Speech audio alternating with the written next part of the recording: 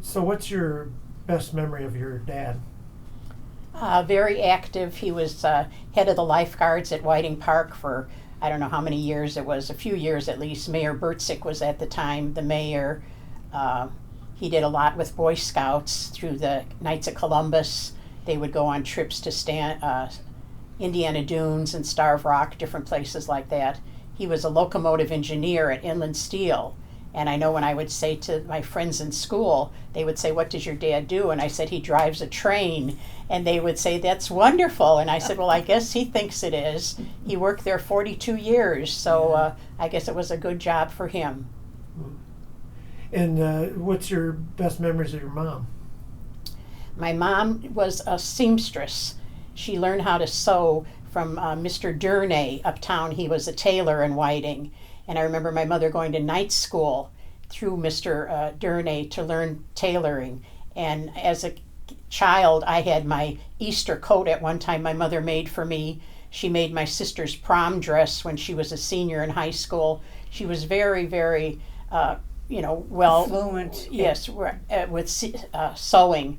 A baker, she did a lot of baking all the time. My dad liked pineapple upside down cake, so she would make that at least once a week. And a good cook, and there was always soup and stuffed cabbage on the stove.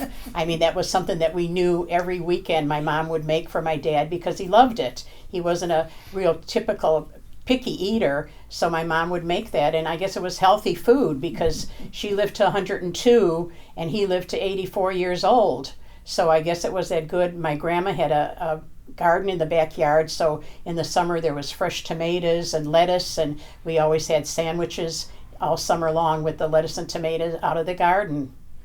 So do you, as far as the food, did you eat ethnic food? I mean, you had the Hungarian, Croatian... Right, yes. And my mom, I remember her making pierogi and different things like that at Easter time. She always made homemade bread, and like I say, there was a lot of soup, and my mom was a salad eater. My dad, no, he didn't like salad, but he liked vegetables. So it was a healthy meal all the time that we had. There was no McDonald's at that time. There was a White Castle, but, hardly ever went there. So it was usually home-cooked meals, yes. White Castle too expensive? Probably. Probably, it was only yes. 5 cents. So right, right. right. What about you? What is your memories of your mom and dad? How do they differ? Or are they My the same? mother was very, very active in so many things. I mean, I have pictures of her belonging to the Girl Scouts when they had a Girl Scout troop herself. Pictures of her going to Camp Nasaki, that was at the sand dunes at that time.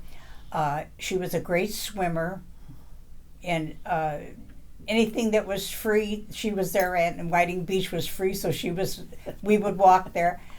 And I remember my grandmother, Martich, would make us sandwiches out of lettuce and homemade bread, and that was what we'd take to the park and eat.